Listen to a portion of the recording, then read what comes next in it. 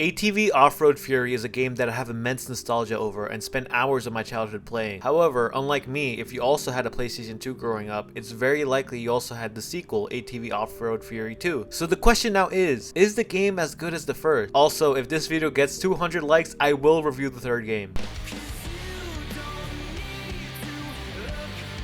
Like the first game, ATV Offroad Fury 2 starts off with a banger song as we watch real life footage of people doing awesome tricks on their ATVs. So I Quit by Filter perfectly sets up the vibes for this game. So yeah, this game so far is feeling like its sequel and I'm loving the vibes so far. The intro also has reptiles hunting for their food and reptile violence in general for some reason. This has just got to be like a silly 90s early 2000s aesthetic that most likely looked cool at the time but just kind of looks goofy now. The game modes are broken up slightly different this time. It also has an online multiplayer mode, which I didn't play because I doubt there's anyone playing this game online today. Plus, I doubt its servers are still up. This is the first PlayStation 2 game I've had that has online functionality. I have never known a single person who has ever played their PS2 online, so being presented with this was very interesting. Alongside multiplayer, the main menu has training course, profile editor, Hall of Fame options, and single player of course. Single player has 4 modes: race, freestyle, championships, and a waypoint editor. However, before we get into the actual racing, let's go training to see if the epic narrator voice guy from the first game is back. Most out of ATV Offroad Fury 2.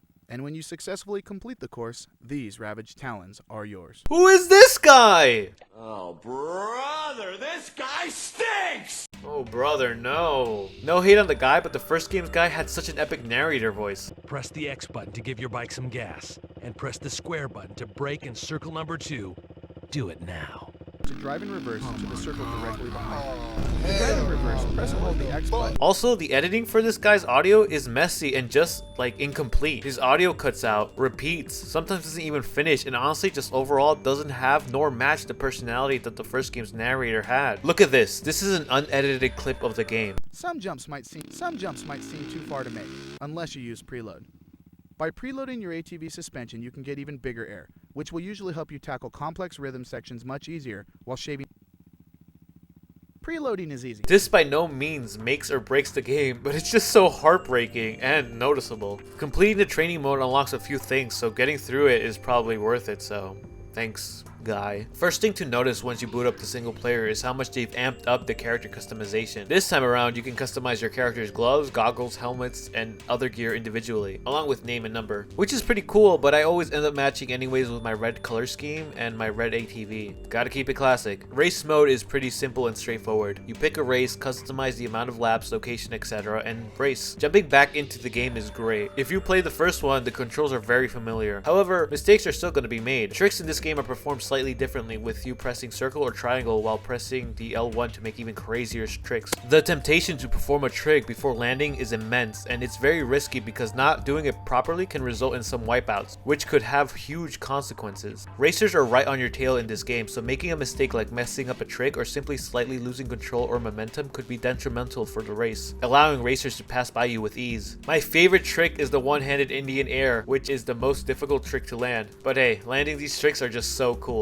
Like the first game, preloading is very important. Preloading too much can keep you too long in the air, allowing racers to easily pass by you, and preloading too little could potentially kill your momentum by having you slow down by making you climb a hill for not jumping over it. Also, the crashes are hilarious as usual. National championships have you racing for the first place trophies. The championship is basically the campaign of the game, just like any other racing game. Unfortunately, this is the game mode where I have my biggest complaint. The championships drag. Each championship seems to have a total of 6 races, each with 5 laps each. These are not short laps. These laps are pretty long, and completing just one race can feel like a drag. I'm usually around lap 3 or 4 when I begin to really feel how extensively long these races are. The first one seems to be the shortest and isn't too bad among others in amateur nationals, but once you're in pro nationals, it starts to get ridiculous. Albeit, unlike other race games like Mario Kart, these championships don't seem to be meant to be completed in one go. The game autosaves and saves progress in between each race, meaning you can always quit midway of a championship and hop back in where you left off whenever you're ready.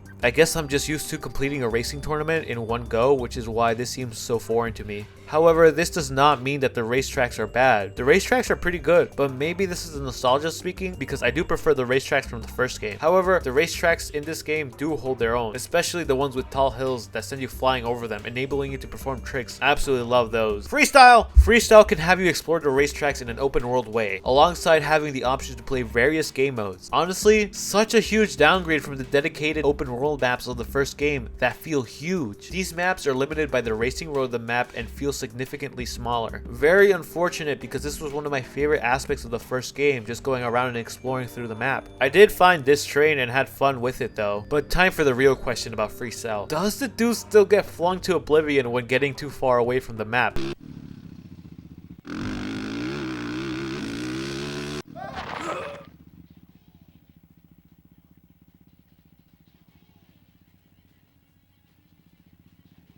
He do, but where's the hilarious scream of the first game? Like, here's a comparison between the two.